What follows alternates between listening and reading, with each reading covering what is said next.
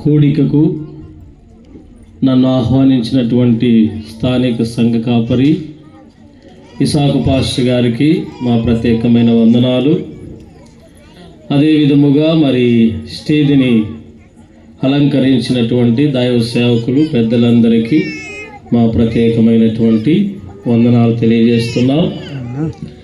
ఇక్కడ కూడి ఉన్న పెద్దలకు, సంఘ సభ్యులకు, అలాగే సంగీత బృందానికి కూడా మా ప్రత్యేకమైనటువంటి వందనాలు.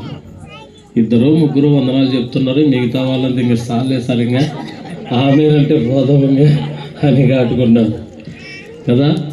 నమస్కారానికి బదులు ఏం చెప్పాలా? నమస్కారం చెప్పాలి. కాబట్టి వందనాలకు బదులు ఏం చెప్పాలమ్మా? వందనాలు చెప్పాలా. అది వాక్యానుసారమైన విధానం. మంచిది. ఈ సమయంలో చిన్న ప్రార్థన చేసుకుందాం. ప్రేమ కలిగిన తండ్రి, జీవాధిపతి, మీకు వందనాలు చెల్లిస్తున్నాం. ఈ సమయంలో నాయన చదవబడిన లేఖన భాగాన్ని దీవించుము. నన్ను కూడా మీ చెలువు చాటును మరుగుపరుచుకునండి. వచ్చిన ప్రజలతో, మీ సంఘముతో, మీ ప్రజలతో మీరు మాట్లాడండి. నా సొంత జ్ఞానం నాయన మీరు తీసివేసి మీ ఆత్మచేత నింపి, ఇదిగో నాయన మీ సత్యాలను, మీ మర్మములను ఇక్కడ ఉన్న వారికి బయలుపరచమని యేసు నామములో ఈ ప్రార్థన అడుగుతున్నాను తండ్రి, ఆమేన్. లూకా సువార్త 2వ అధ్యాయంలో 8 నుంచి 10 వచనాల వరకు మనం చదువుకున్నాం. అక్కడ ఒక చక్కటి సందేశం అనేది రాయబడింది. ఆయన మైక్ ఒకసారి పెట్టండి, దానికి పెట్టద్దండి. ఒకసారి బుర్ర ఉంటుంది, ఒకసారి బెదిరిస్తుంది. ఒక లైన్ మీద పెట్టండి. 2వ అధ్యాయము 8వ వచనం నుంచి 10 వచనాలు చదువుకున్నాం.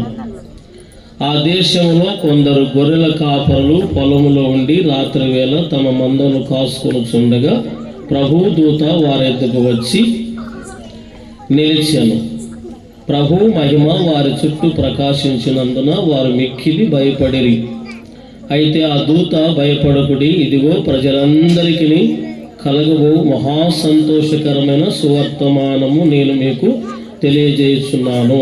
దావీదు పట్టణమునందు నేడు రక్షకుడు మీ కొరకు పుట్టి ఉన్నాడు. ఈయన ప్రభు అయిన క్రీస్తు. దానికి ఇదే మీ కానవాలు. ఒక శిశువు పొట్టి గుడ్డలతో చుట్టబడి ఒక తొట్టిలో పండుకొనుట మీరు చూచేదరని వారితో చెప్పాను. మాట్లాడుతున్నారమ్మా? పిల్లలు మాట్లాడొద్దండి, పెద్దలు మాట్లాడొద్దండి. కొద్దిసేపు మాత్రమే దేవుని వాక్యాన్ని విందాం. లూకా సువార్త 2వ అధ్యాయము మనం 8 నుంచి 11 వచనాల వరకు చదివాం. యేసు క్రీస్తు గురించి, అనగా యేసు ప్రభు యొక్క జననం గురించి, యేసు ప్రభు వారు చేసిన అద్భుతాల గురించి, యేసు క్రీస్తు ప్రభు వారి యొక్క మరణము, ఆయన పునరుద్ధానమును గురించి లూకా గారు చక్కగా రాశారు. ఈ లూకా సువార్త. లూకా అనబడినటువంటి వ్యక్తి 2 పుస్తకాలు రాశాడు. ఒకటి లూకా సువార్త రాశాడు, రెండవదిగా అపోస్తలుల కార్యాన్ని కూడా లూకా గారు రాశారు. అయితే ఈ లూకా ఎవరు అసలు? ఈ లూకా ఎవరు అంటే ఒక వైద్యుడు. వైద్యుడు అంటే మీకు తెలుసు కదా, ఒక డాక్టర్. ఈయన రాశాడు. లూకా సువార్త రాశాడు, అపోస్తలుల కార్యము కూడా రాశాడు. అపోస్తలుల కార్యం అంటే సంఘ చరిత్ర. సంఘ చరిత్ర అంటే సంఘం ఎలా ప్రారంభమైంది అనే సంగతులు పౌలు గారు అపోస్తలుల కార్యాన్ని రాశాడు. ఈ లూకా సువార్త యేసుక్రీస్తు ప్రభు యొక్క జననం గురించి ఆయన రాశాడు.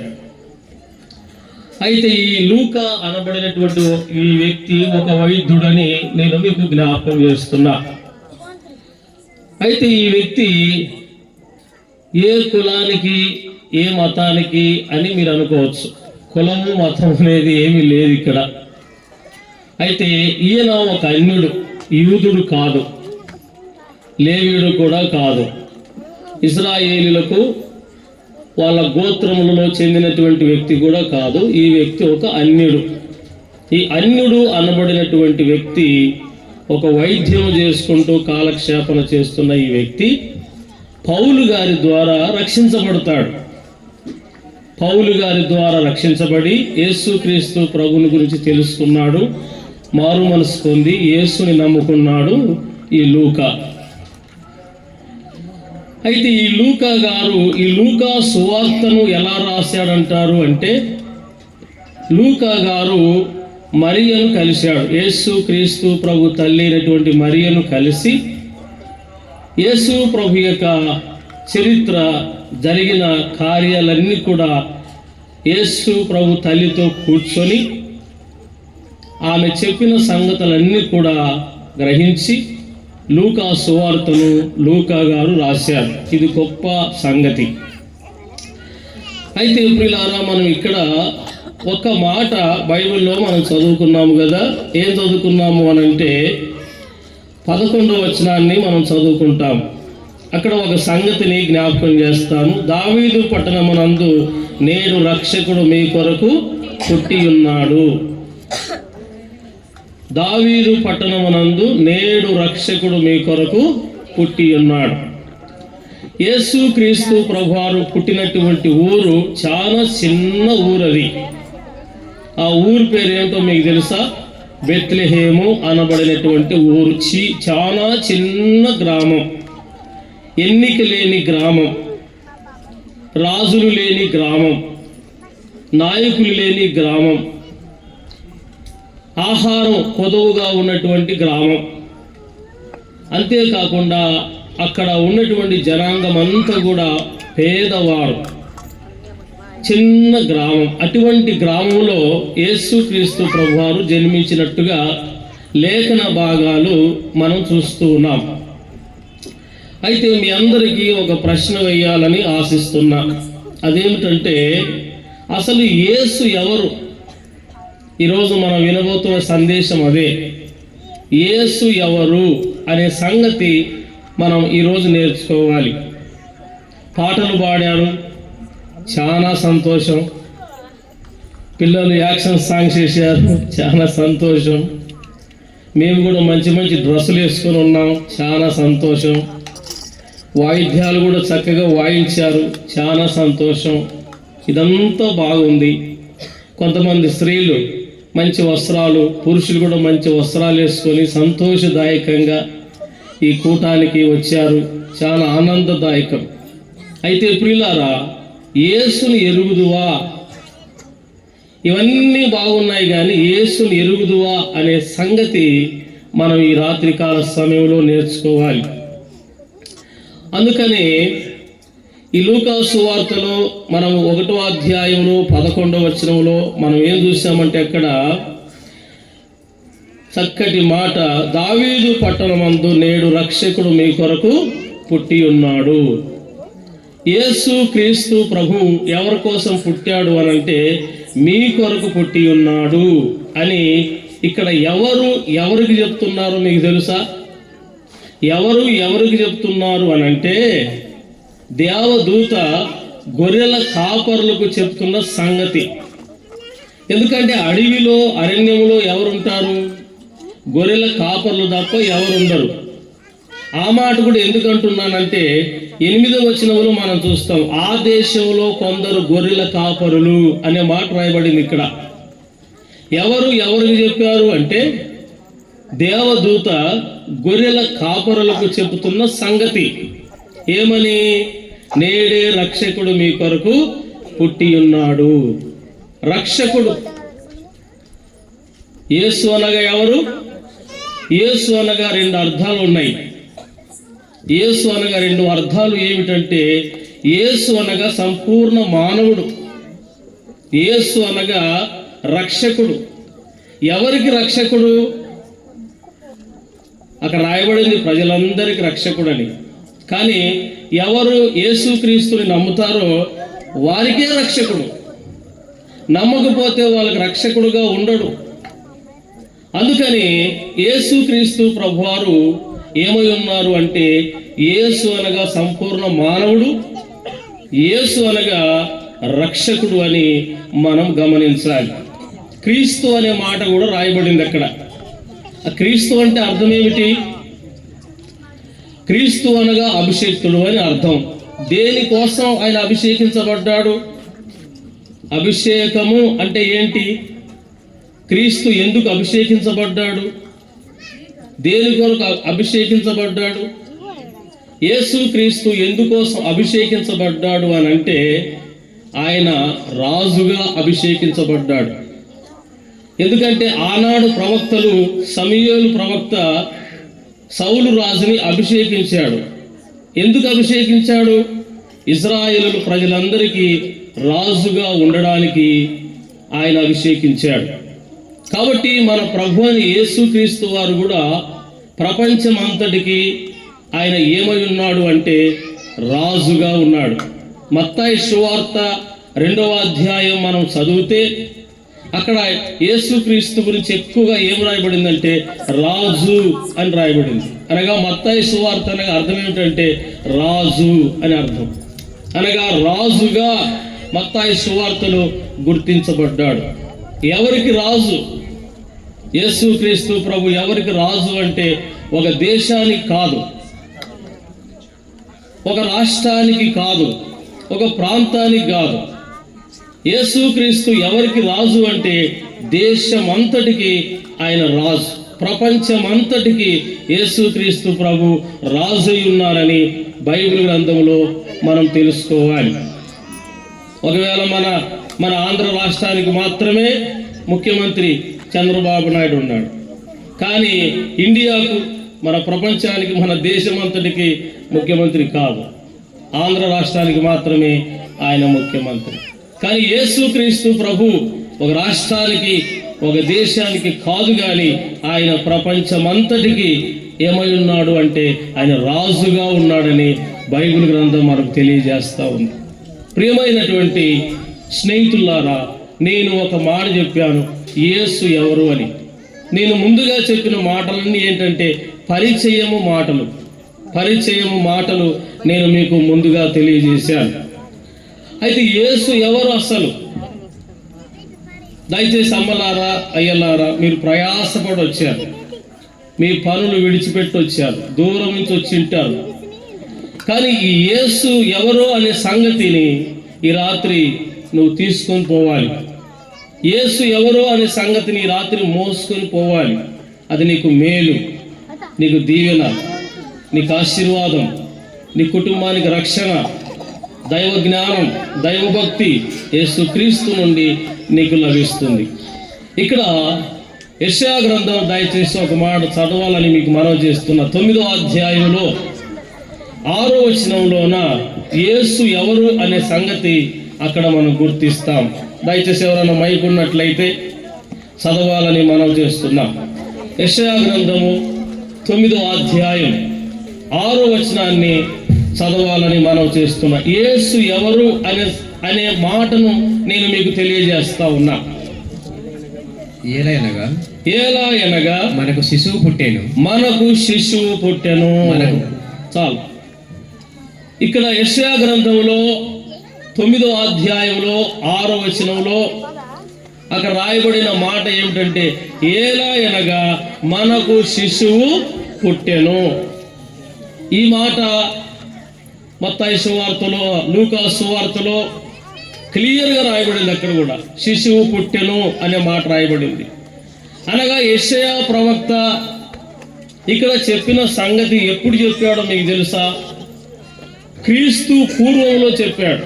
క్రీస్తు పూర్వము 700 సంవత్సరాల క్రితం యెషయా ప్రవక్త పరిశుద్ధాత్ముని దేవుని మూలమున పలికినటువంటి మాట.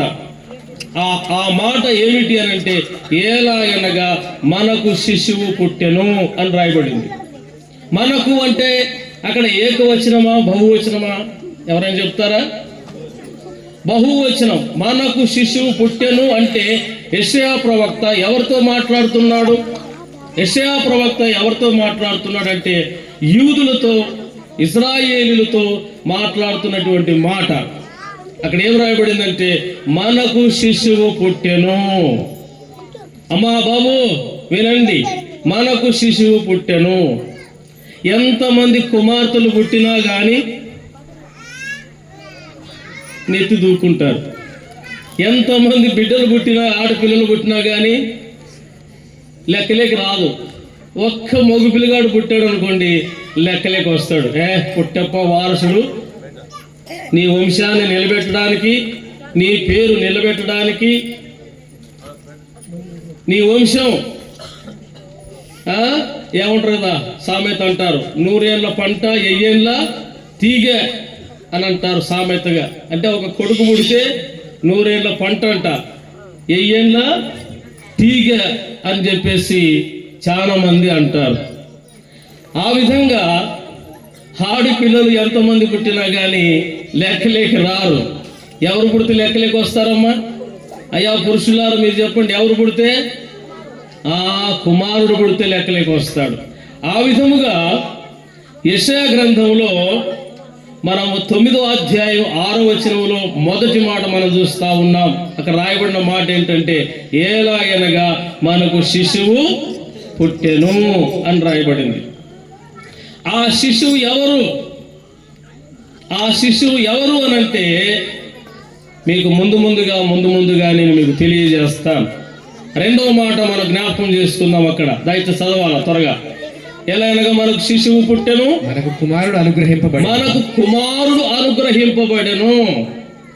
మొదటి మాట శిశువు పుట్టెను, 2వ మాట కుమారుడు అనుగ్రహింపబడెను. అంటే ఏంటి అర్థం? కుమారుడు అనుగ్రహింపబడెను అంటే అర్థం ఏమిటంటే బహుమతిగా ఇవ్వబడెను, గిఫ్ట్గా ఇవ్వబడెను అని లేఖన భాగాలు మనకు తెలియజేస్తా ఉన్నాయి. అనగా తండ్రి అయిన దేవుడు తన కుమారుడైన యేసుక్రీస్తుని మన కొరకే అనుగ్రహించాడు అని రాయబడింది. అనగా ఇవ్వడము, తన కుమారుడైన యేసుక్రీస్తు వారిని ఇవ్వడం. ఈ రాత్రి ఈ ఐక్య సమీ క్రిస్మస్ అనేది మీ అందరికీ ఎందుకు ఏర్పాటు చేశారంటే ఈ సదస్సు ద్వారా, ఈ కూడిక ద్వారా మీరందరూ కూడా ఎవరిని తీసుకొని పోవాలని, యేసుక్రీస్తు ప్రభుని మీరందరూ తీసుకొని పోవాలి, మీరందరూ ఆ యేసును పొందుకొని ఉండాలి అనే ఉద్దేశంతో ఈ కూటమి ఏర్పాటు చేయడం జరిగింది. అందుకని 2వ మాట అక్కడ ఏం రాయబడిందంటే అనుగ్రహింపబడెను అని రాయబడింది. 3వ మాట అక్కడ ఏం చూద్దాం. 3వ మాట ఏముంది నాయన? ఆయన భుజం మీద రాజ్యభారం ఉండెను. బాబో అమ్మా వినండి దయచేసి. ఆయన భుజం మీద రాజ్యభారం ఉండెను అని రాయబడింది. ఒక వ్యక్తి, ఒక పురుషుడు వివాహం చేసుకున్న తర్వాత, తనకు పిల్లలు పుట్టిన తర్వాత ఆ పిల్లల భారం, భార్య భారం ఎవరు మోసుకుంటారో మీకు తెలుసా? భర్త మోసుకుంటాడు. అందరూ మోసుకుంటారా? 4 అన్నదమ్ములు ఉన్నారనుకోండి, అని మాకు 4, మేము 4 అన్నదమ్ములం. నా భారాన్ని వాళ్ళు మోస్తారా? వారి భారాన్ని నేను మోస్తానా? మోయలేను. అయితే ప్రియా స్నేహితురాలా, ఆయన భుజం మీద రాజ్యభారం ఉండెను అంటే దాని అర్థం ఏమిటంటే తండ్రి అయిన దేవుడు ఆయన మీద ఏం మోపాడంట? రాజ్యభారం. ఒక రాజ్యాన్ని పరిపాలించాలంటే సామాన్యమైన పని కాదు. ఒక రాష్ట్రాన్ని పరిపాలించాలంటే అంత తేలికైనటువంటి పని కాదు. అది ఎంతో భారమైనది, కష్టమైనది, ఎన్నో ఎదుర్కోవలసి వస్తుంది. ఆ విధముగా ఆయన మీద ఏమి మోపబడిందంటే రాజ్యభారం మోపబడింది అని లేఖన భాగాల్లో మనం చూస్తా ఉన్నాం. మొదటిదేమో శిశువు పుట్టెను, 2వదేమో కుమారుడు అనుగ్రహింపబడెను, 3వదేమో రాజ్యభారం ఉండెను అని రాయబడింది. అయితే 4వ విషయం అక్కడ రాయబడిన వాటి జ్ఞాపకం చేసుకుందాం. ఆశ్చర్యకరుడు. ఆశ్చర్యకరుడు. ఇది ఎవరట? ఆశ్చర్యకరుడట. ఆశ్చర్యకరుడు అంటే ఏంటో మీకు తెలుసా? మనం కొన్నిసార్లు ఆశ్చర్యపోతుంటాం. ఒక ఆయమ్మ 11 మంది పిల్లల్ని కనింది. ఈ 11 మంది పిల్లల్ని కన్నప్పుడు స్త్రీలకు కానీ పురుషులకు కానీ ఏమనిపిస్తుంది అప్ప? ఆశ్చర్యం అనిపిస్తుంది. ఎందుకని? అమ్మయ్యో 11 మంది పిల్లల్ని ఎట్లా మోసిందబ్బా ఈ అమ్మ? 11 మంది పిల్లలు ఎలా డెలివరీ అయింది ఈమె? 11 మంది పిల్లలు ఎలా ఉన్నారు కడుపులో? ఎంత అద్భుతం అని చెప్పేసి 11 మంది పిల్లల్ని కన్నప్పుడు అందరికీ ఏమనిపిస్తుంది అంటే ఆశ్చర్యం అనిపిస్తుంది. కాబట్టి ఇక్కడ ఆయనకు ఒక పేరు ఏం రాయబడిందంటే ఆశ్చర్యకరుడు అని రాయబడింది. అనగా దైవ కుమారుడు ఆశ్చర్యకరుడు అని రాయబడింది. అనగా ప్రపంచంలో ఎంతో మంది పుట్టి ఉండవచ్చు, ఎంతో మంది మహానుభావులు పుట్టి ఉండవచ్చు, కానీ అందరికీ పేరు లేదు. అయితే ఈయనకు మాత్రం ఏం పేరుందంటే ఆశ్చర్యకరుడు అనే పేరుంది. ఆ తర్వాత నాయన మరొక మాట ఏం రాయబడింది అక్కడ? ఆలోచనకర్త. ఆలోచనకర్త. చూసారా? ఆలోచనకర్త అని రాయబడింది. అనగా మనకుండే ఆలోచన వేరు, ఆ కుమారునికి ఉన్నటువంటి ఆలోచన వేరు. తర్వాత ఏం రాయబడింది? బలవంతుడైన దేవుడు. బలవంతుడైన దేవుడు. ఈ దేవుడు బలహీనుడు కాదు. నీవు నమ్ముకున్న దేవుడు, నేను నమ్ముకున్న దేవుడు ఎలాంటి వాడంటే బలవంతుడైన దేవుడని బైబిల్లో మనం గమనించాలి. బలవంతుడు. బలవంతుడు అంటే మీరేమనుకున్నారు? 50 కేజీలు గుండు లేపితే బలవంతుడా? లేకపోతే ఏదైనా బండి గుంజ, లేకపోతే ఏదైనా గుంజుతారు కదా ఇట్లా, రాతి అది ఆ రోలు మాదిరి ఉంటుంది, దాన్ని గుంజడమా? కాదు. లేదా బరువు మోపడమా? కాదు. దాన్ని బట్టి బలవంతుడు కాదు. అసలు ఈయన ఎవరు అని అంటే బలవంతుడైన దేవుడు అని రాయబడింది. తర్వాత ఏం రాయబడింది నాయన? నిత్యుడగు తండ్రి. నిత్యుడగు తండ్రి అంటే అర్థం ఏమిటి? నిత్యుడగు తండ్రి అంటే అర్థం ఏమిటంటే నిత్యం ఉండేవాడు అని. నిత్యం ఉండేవాడు. ఈ పొద్దు ఉండి రేపు మాయమైపోయే వ్యక్తి కాదు, నిత్యం ఉండే దేవుడు అని రాయబడింది ఇక్కడ. ఆ తర్వాత ఏం రాయబడింది నాయన? సమాధానకర్తయగు అధిపతి అని అతనికి పేరు పెట్టారు. సమాధానకర్తయగు అధిపతి అని. అధిపతి అని అతనికి పేరు. సమాధానకర్తయగు అధిపతి. అధిపతి అంటే అర్థం ఏమిటి? ఒక సైన్యానికి అధిపతి. సైన్యాన్ని నడిపించేవాడే అధిపతి. ఆ సైన్యానికి ఏమిచ్చేవాడు అంటే సమాధానకర్త. అనగా సైన్యానికి ఏమిచ్చేవాడు అంటే సమాధానం ఇచ్చేవాడు. సైనికుడు, ఒక సైనికుడు 600 మందికి అధిపతిగా ఉంటాడు. అయితే ఈయన 600 మంది కాదు, 1000 మంది కాదు, ప్రపంచంలో ఉన్న ప్రతి మనిషికి, ప్రపంచంలో ఉన్న కోట్లాది మందికి ఈయన ఏమై ఉన్నాడు అని అంటే అధిపతిగా ఉన్నాడు. ఒకసారి సపోర్ట్ కొడదామా గట్టిగా? 100 మందికి కాదు, 1000 మందికి కాదు, కోట్ల మందికి ఈయన ఏమై ఉన్నాడంటే అధిపతిగా ఉన్నాడు. అంటే నడిపించేవాడుగా ఉన్నాడు. నడిపించేవాడుగా ఉన్నాడు, సమాధానం ఇచ్చేవాడుగా ఉన్నాడని బైబిల్ గ్రంథంలో మనం చూస్తూ ఉన్నాం. ఆ తర్వాత ఇంకేం రాయబడింది నాయన? ఇది మొదలుకొని. అయ్యా ఇది మొదలుకొని చాలు. ఇక్కడ మనం ఎన్ని సంగతులు విన్నాము అని అంటే అక్కడ 7 సంగతులు ఉన్నాయి. ఒకసారి మొదటి మాట చదవండి. ఈయన ఎవరట? ఏలయనగా మనకు శిశువు పుట్టెను, మనకు కుమారుడు అనుగ్రహింపబడెను, ఆయన భుజం మీద రాజ్యభారం ఉండెను. ఆశ్చర్యకరుడు, ఆలోచనకర్త, బలవంతుడైన దేవుడు, నిత్యుడగు తండ్రి, సమాధానకర్తయగు అధిపతి అని ఆయనకు పేరు. ఎవరైనా మీ నోటితో చెప్పాలి. ఎవరైనా ఆలోచనకర్త, నిత్యుడగు తండ్రి, సమాధానమునకు అధిపతి మనకు అనుగ్రహింపబడును అని రాయబడింది. ఎవరైనా ఈ ఆలోచనకర్త ఎవరు? ఈ నిత్యుడగు తండ్రి ఎవరు? సైన్యములకు అధిపతిగా ఉన్నటువంటి ఈయన ఎవరు అనంటే ఈయనే ప్రభు అయిన యేసుక్రీస్తు వారు. అందరూ చప్పట్లు కూడా దేవుని నామాన్ని మహిమపరుద్దామా? ఈయనే ప్రభు అయిన యేసుక్రీస్తు వారు. అనగా ఒక శిశువు పుట్టెను అంటే దాని అర్థం ఏమిటి? కన్యక మరియ గర్భమున ఈయన పుట్టాడు. 700 సంవత్సరాల క్రితం యెషయా ప్రవక్త ఉజ్జియా రాజు కాలంలో పలికినటువంటి మాట ఇది. కాబట్టి ఈయన అనుగ్రహింపబడ్డాడు. ఎవరి కోసం అనుగ్రహింపబడ్డాడు అని అంటే నీ కోసం, నా కోసమే ఆయన అనుగ్రహింపబడ్డాడని బైబిల్లో మనం చూస్తూ ఉన్నాం. కాబట్టి ఇక్కడ లూకా సువార్తలో 2వ అధ్యాయంలో 10వ వచనంలో మనం చదువుకున్నాం. అక్కడ ఏం రాయబడిందంటే నేడే రక్షకుడు మీ కొరకు, అందరు చెప్పాల, నేడే రక్షకుడు మీ కొరకు పుట్టి ఉన్నాడు అని రాయబడింది. అమ్మా బాబు, ప్రభు అయిన యేసుక్రీస్తు వారు నీ కొరకే, నా కొరకే ఆయన పుట్టాడని బైబిల్ గ్రంథం మనకు తెలియజేస్తా ఉంది. మీ అందరికీ ఒక ప్రశ్న వేయాలని నేను ఆశిస్తా ఉన్నాను. అసలు యేసుక్రీస్తు ఎందుకు పుట్టాడు? యేసుక్రీస్తు ప్రభువారు ఎందుకు పుట్టారు, ఎందుకు జన్మించారు అనేది ఒక ప్రశ్న మనకు రావాలి. యేసుక్రీస్తు ప్రభువారు ఎందుకు పుట్టారో మీకు తెలుసా ప్రియులారా?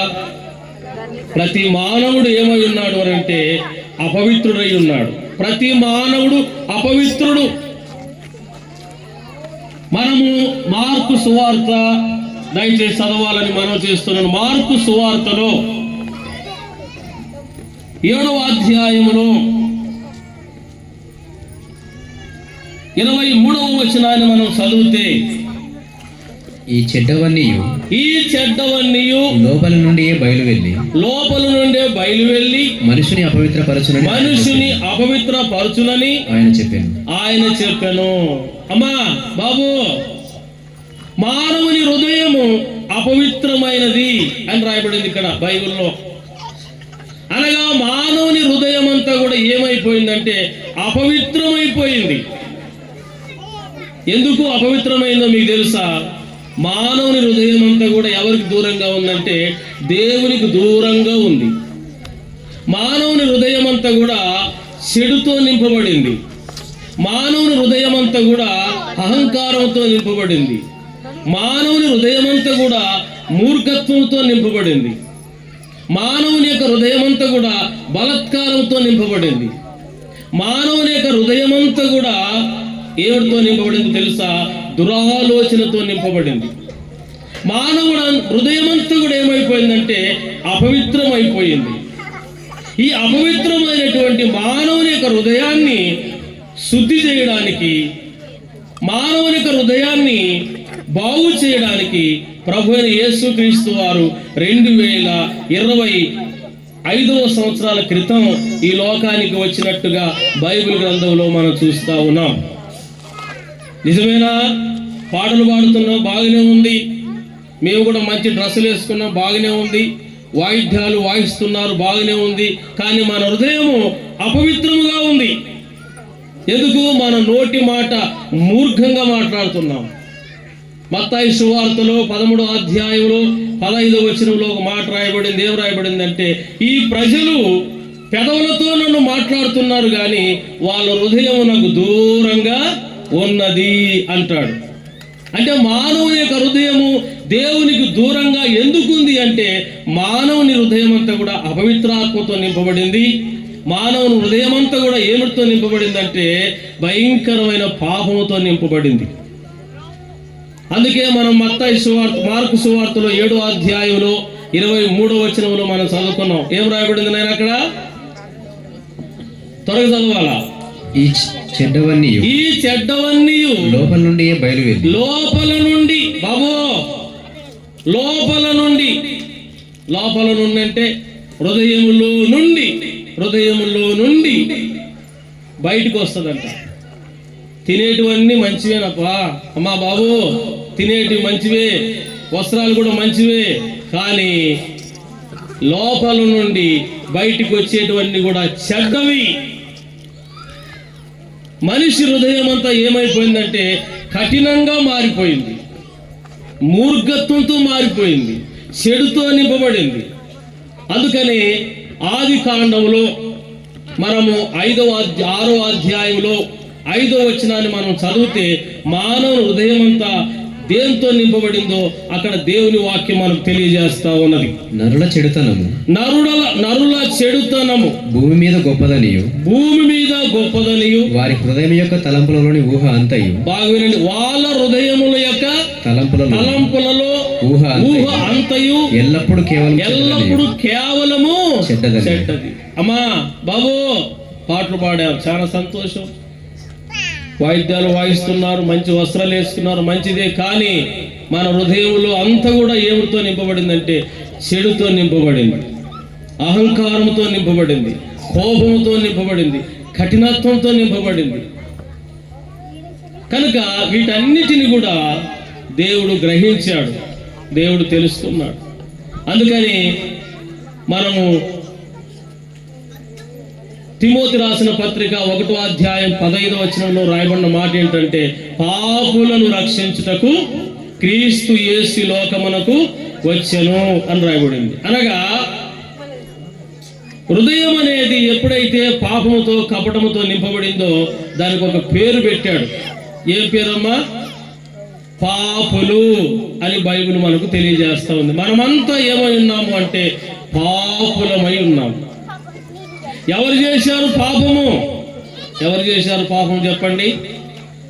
రోమాపత్రిక 3:23 ఏం రాయబడింది? ఏ భేదమును లేదు, అందరూ పాపము చేసి దేవుడు అనుగ్రహించిన మహిమను పొందలేకపోవచ్చు.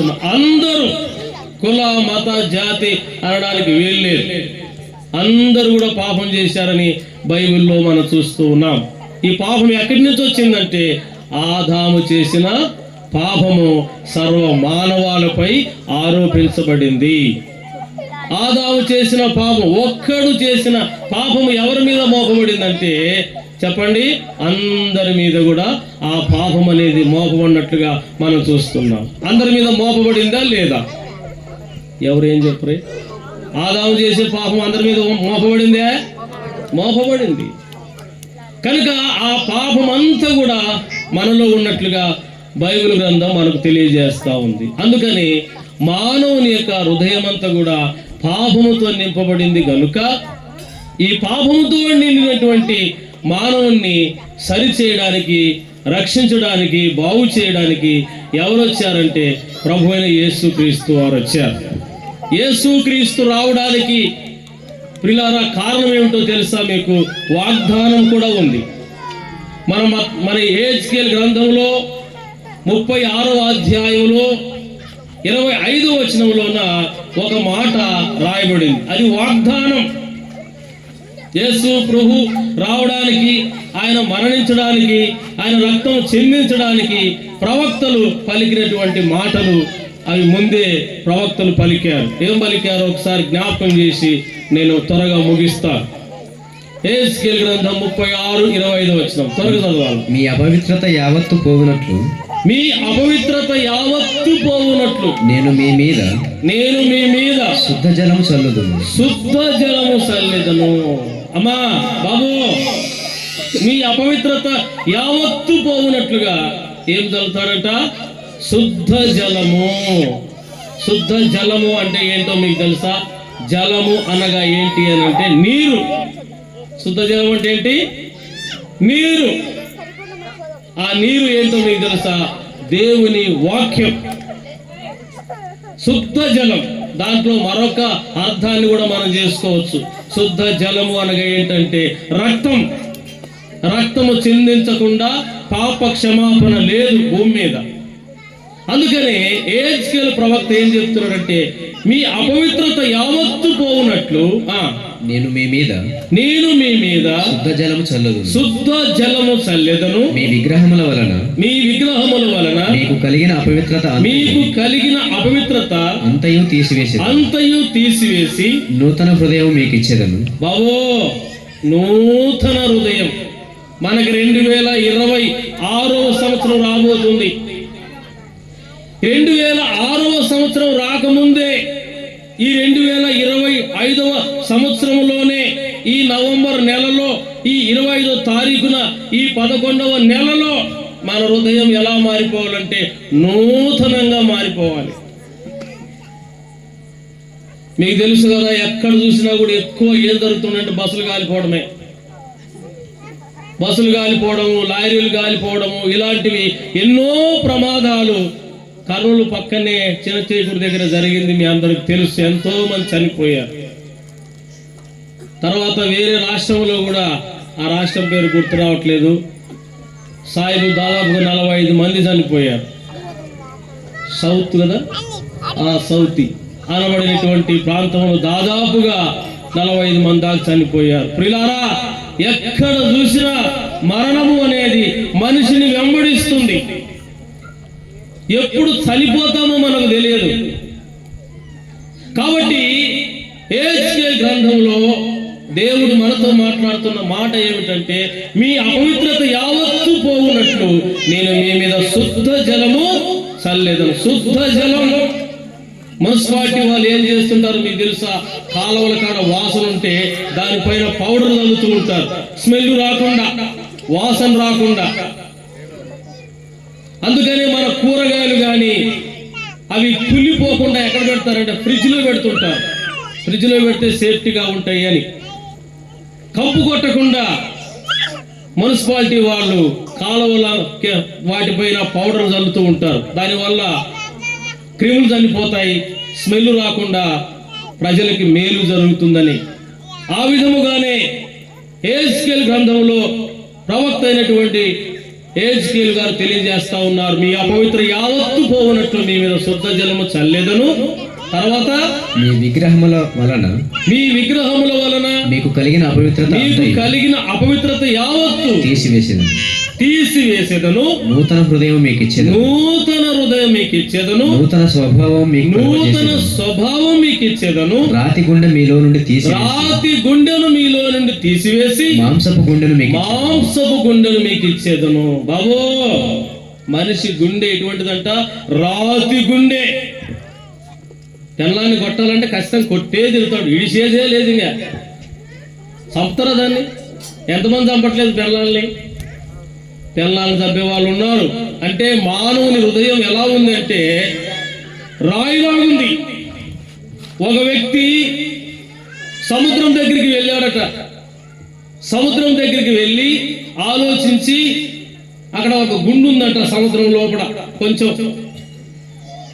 ఈ గుండు నీళ్ళల్లో నాని నాని నాని నాని నాని ఎంత మెత్తగా ఏంటదో అని చెప్పేసి ఆ వ్యక్తి సముద్రం దగ్గరికి వెళ్ళి ఆ సముద్రంలో ఉన్న గుండుని పట్టుకున్నాడంట. ఎట్లా పట్టుకున్నాడు తెలుసా మీరు? ఐస్ క్రీమ్ ఎట్లా పట్టుకుంటాం మనం? అట్లా పట్టుకుంటామా? పిల్లలు మీరు చెప్పండి, ఐస్ క్రీమ్ అట్లా పట్టుకుంటామా? ఏం చేద్దాం? చిన్న స్పూన్తోన మరసంగా తీసుకొని తింటాం.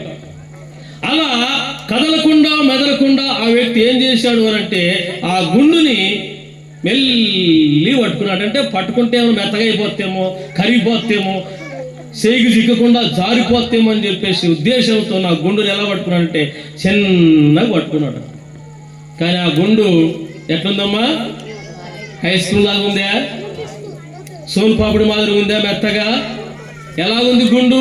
గుండులాగానే ఉంది. అది ఏమాత్రం కరగలే, ఏమాత్రం మెత్తగాలే. ప్రిలారా, ఈ రోజుల్లో చాలా మంది క్రైస్తవులు యేసులో ఉన్నాను అని చెప్పుకుంటారు, కానీ వాళ్ళ హృదయం బండ హృదయం. వాళ్ళ హృదయం ఇంకా కరగలే, కఠినంగా ఉన్నారు, మూర్ఖంగా ఉన్నారు, ప్రవర్తన మారలే, జీవితం మారలే. కాబట్టి నీళ్ళల్లో ఉన్న గుండులాగా మన గుండె రాతి వలె ఉండకూడదు. అంతేకాకుండా ప్రియ సహోదరి సహోదరులారా, చాలా మంది యేసులో ఉన్నాము అంటారు, కానీ వాళ్ళలో మార్పు రాలే, మాట మారలే, చూపు మారలే, ప్రవర్తన మారలే, సంవత్సరానికి ఒకసారి మాత్రమే చర్చికి వచ్చి ఇలా అనుకుంటూ స్వామికి ఇంత కాలుకేసి కేకు తిని క్రిస్మస్ నాడు ఏమైనా విందు పెడితే తిని స్వామి తండ్రి నువ్వే చల్లగా చూడని పోవడమే. ఇక ఆదివారం మళ్ళా రారుగా. అంటే మానవుడు క్రీస్తుని నమ్మి బాప్తిసం పొంది రక్షించబడి కూడా సంవత్సరానికి ఒకసారి మందిరానికి వచ్చి మాసం చూపించి వెళ్ళిపోతారు. అంటే నువ్వు నీళ్ళల్లో ఉన్నావు కానీ కప్ప నీళ్ళల్లోనే ఉంటుంది, కానీ ఆ కప్ప నీళ్ళు తాగుతూ మనకు తెలియదు. నీళ్ళల్లో కప్పలాగా, సముద్రంలో ఉన్న గుండులాగా మానవుడి రోజుల్లో మార్పు చెందకుండా ఉన్నాడు. అందుకనే దేవుడు నిన్ను నన్ను పిలుస్తూ ఒక మాట అంటున్నాడు ఇక్కడ, నూతన హృదయాన్ని ఇస్తాను, నూతన స్వభావాన్ని ఇస్తాను, రాతి గుండెను తీసేసి నేను మీకు మాంసపు గుండెను ఇస్తాను. ఎంత చక్కటి మాట దేవుడు మనకు తెలియజేస్తా ఉన్నాడు. అందుకనే చివరిగా ఒక మాట చెప్పి నేను ముగిస్తాను, ఎందుకంటే నాకు టైం లేదు. ఇక హెబ్రీయులకు రాసిన పత్రికలో 9వ అధ్యాయం 14వ వచనంలో అక్కడ ఒక చక్కటి మాట హెబ్రీ గ్రంథకర్త మనకు తెలియజేస్తా ఉన్నాడు. నిత్యుడగు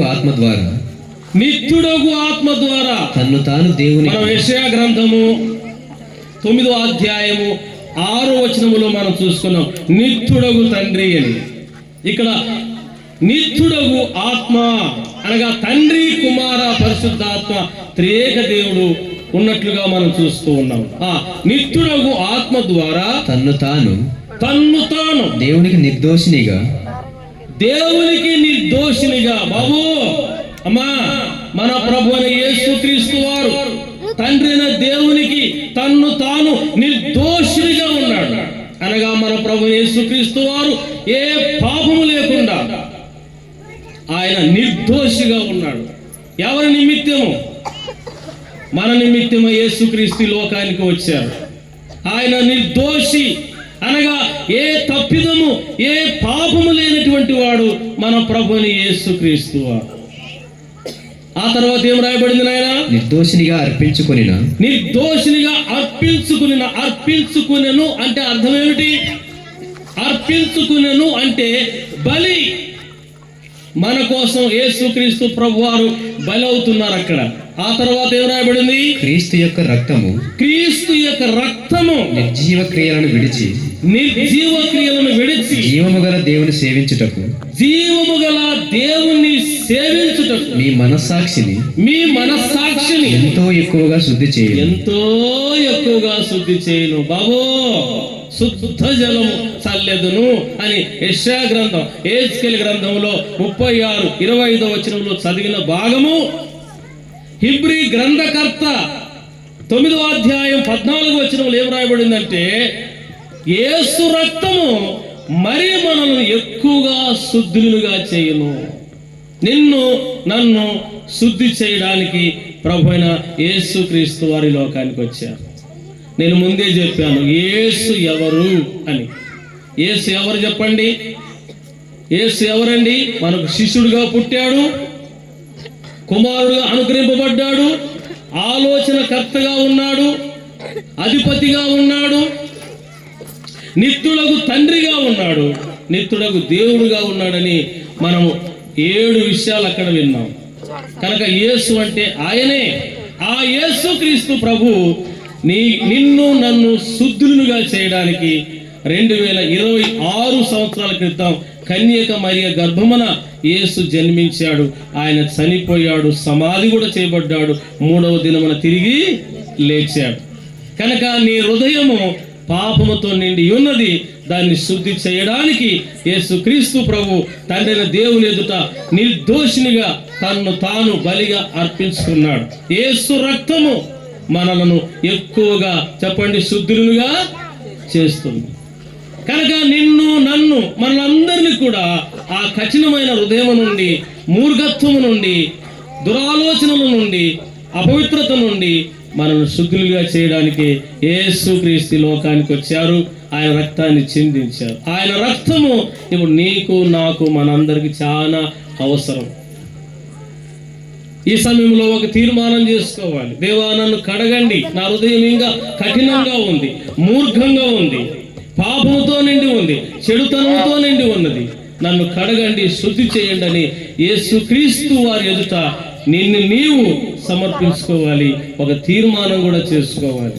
యేసు నిన్ను నన్ను ఆహ్వానిస్తున్నాడు. ప్రయాసపడి భారం మోసుకొచ్చిన సమస్త జనులారా, నా దగ్గరికి రండి, నేను మిమ్మల్ని శుద్ధులుగా చేస్తాను, మీకు విశ్రాంతిని ఇస్తాను, మీకు పరలోకాన్ని ఇస్తాను. కనుక మనం ఎందుకు శుద్ధి చేయబడాలి అంటే ఆ పరలోకాన్ని పోవడానికి.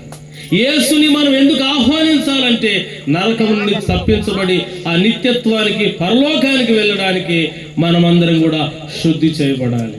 ఈ సెమీ క్రిస్మస్ సందర్భంగా యేసుక్రీస్తు ప్రభువారు నిత్యుడగు దేవుడు, సమాధానకర్త, ఆలోచనకర్త. ఆయన నీ కోసం నా కోసమే పుట్టాడు.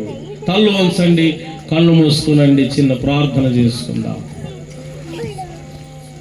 ప్రియ స్నేహితుడా, యొక్క సమయంలో ఒక తీర్మానం చేసుకొని, ప్రభువా, నేడే రక్షకుడు మీ కొరకు పుట్టి ఉన్నాడు. దావీదు పట్టణమునందు నేడు రక్షకుడు మీ కొరకు పుట్టి ఉన్నాడు. సహోదరులారా, యేసుక్రీస్తు నీ కొరకే పుట్టాడు, నీ కొరకు పుట్టాడు. ఎవరాయన? ఈ యేసు ఎవరు? ఒక శిష్యుడుగా నీ కోసం వచ్చాడు. ఆయన నీ కోసమే అనుగ్రహింపబడ్డాడు. ఆయన సమాధానకర్త, నిత్యుడగు తండ్రి, ఆలోచనకర్త, బలవంతుడగు దేవుడు. ఆయన భుజం మీద రాజ్యభారం ఉండెను. ఆయనే యేసు. ఆయన రారాజు, దేవాది దేవుడు. ఆ దేవుడు నీ హృదయంలో ఉన్న కఠినత్వాన్ని, నీ హృదయంలో ఉన్న మూర్ఖత్వాన్ని, నీవు అపవిత్రముగా ఉన్న నిన్ను పవిత్రపరచడానికి, నిర్జీవ క్రియలను విడిచి ఆ యేసు రక్తము ద్వారా నిన్ను మరి ఎక్కువగా నిన్ను శుద్ధి చేయడానికి యేసు బలి అయిపోయాడు, చనిపోయాడు, సమాధి చేయబడ్డాడు, తిరిగి లేచాడు. ప్రభువా, నా హృదయాన్ని శుద్ధి చేయి, నా అపవిత్రత యావత్తు పోవునట్లు నా మీద శుద్ధ జలము చల్లుము. రాతి గుండెను తీసివేసి మాంసపు గుండెను నాకు ఇవ్వండి. భార్యాభర్తల మధ్యలో రాతి గుండె, అత్తాకోడల మధ్యలో రాతి గుండె, అన్నదమ్ముల మధ్యలో రాతి గుండె, సంఘంలో రాతి గుండె లాంటి వాళ్ళు ఉన్నారు. ప్రేమ, కనికరం, దయ, దాక్షణ్యం, మంచితనం ఇవన్నీ లేవు. ఇవన్నీ నీకు రావాలని యేసుక్రీస్తు ప్రభు రాతి గుండెను తీసేసి మాంసపు గుండెను నీకు ఇవ్వడానికే యేసు శిష్యుడిగా పుట్టాడు, కుమారుడుగా ఆయన పుట్టాడు. నాకు దేవా, నాలో ఉన్న రాతి గుండెను తీసేసి నాకు మాంసపు గుండెని ఇవ్వండి. దేవా, నన్ను నీ రక్తముతో శుద్ధి చేయి. నీవు నా కొరకు పుట్టావు, చనిపోయావు, సమాధి చేయబడ్డావు. ఈ 2025 నా కఠినత్వాన్ని తీసివేయండి, నా పాపాన్ని తీసివేయండి, నన్ను శుద్ధిగా చేయండి అని యేసుని అడగండి. ఆ యేసును ఆహ్వానించండి. అలాగే ఉన్నట్లయితే మనమందరం కూడా విన్న వాక్యము నిమిత్తమై ప్రార్థన చేస్తున్నాము. సుందరం సారు మరి విన్న వాక్యం నిమిత్తమై ప్రార్థన చేస్తారు.